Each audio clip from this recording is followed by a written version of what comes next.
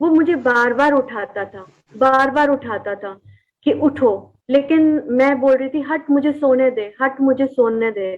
खैर 4 बजे उसने शोर मचा दिया, मेरे चादर खींचने लग पड़ा, मेरी रजाई उतारने लग पड़ा।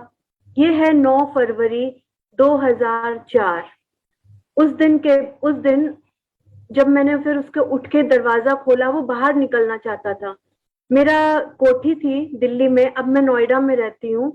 वहां पर जब मैंने दरवाजा खोला तो गाड़ी मेरी खड़ी थी, तो मेरा जो डॉग था वो उस गाड़ी को ऐसे पंजे मारने लग पड़ा।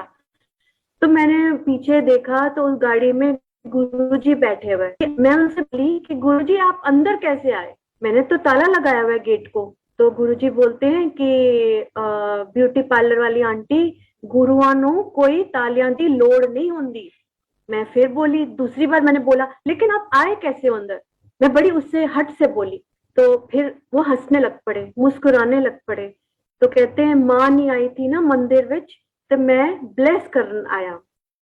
मैंने कहा गुरुजी मैं तो फोटो निकाल रही थी, आपने मेरे को मना किया। कहते मैंने फोटो थोड़ी देखनी थी, मैंने तो उनको साक्षात मिलना था मानो। फिर मैंने कुछ बातें उनसे करी, बताया मम्मी बहुत बीमार है, बिल्कुल बेड रिडन है। वो बोलने लगे सब सब प्रॉब्लम्स ब्यूटी पार्लर वाली आंटी आज से मेरी, कोई पीछे मुड़ने की कोई जरूरत नहीं है, नो लुकिंग बैक। मैं आगे गई, मैंने दरवाजा खोला, उसके बाद मुझे नहीं पता चला, मैं डर गई। मैं अंदर चली गई कमरे में।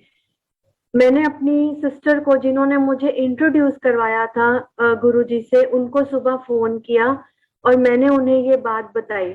तो वो बोलती हैं नहीं हो ही नहीं सकता, हम रात को सुबह 5 बजे तक गुरुजी के साथ बड़े मंदिर में थे और सब वहां पे संगीत चल रहा था, इतना डांस हुआ, ऐसे हो ही नहीं सकता, तेरे को कोई सपना आया होगा। मैंने बोला कि नहीं दीदी सपना नहीं है, ये तो हकीकत ही थी।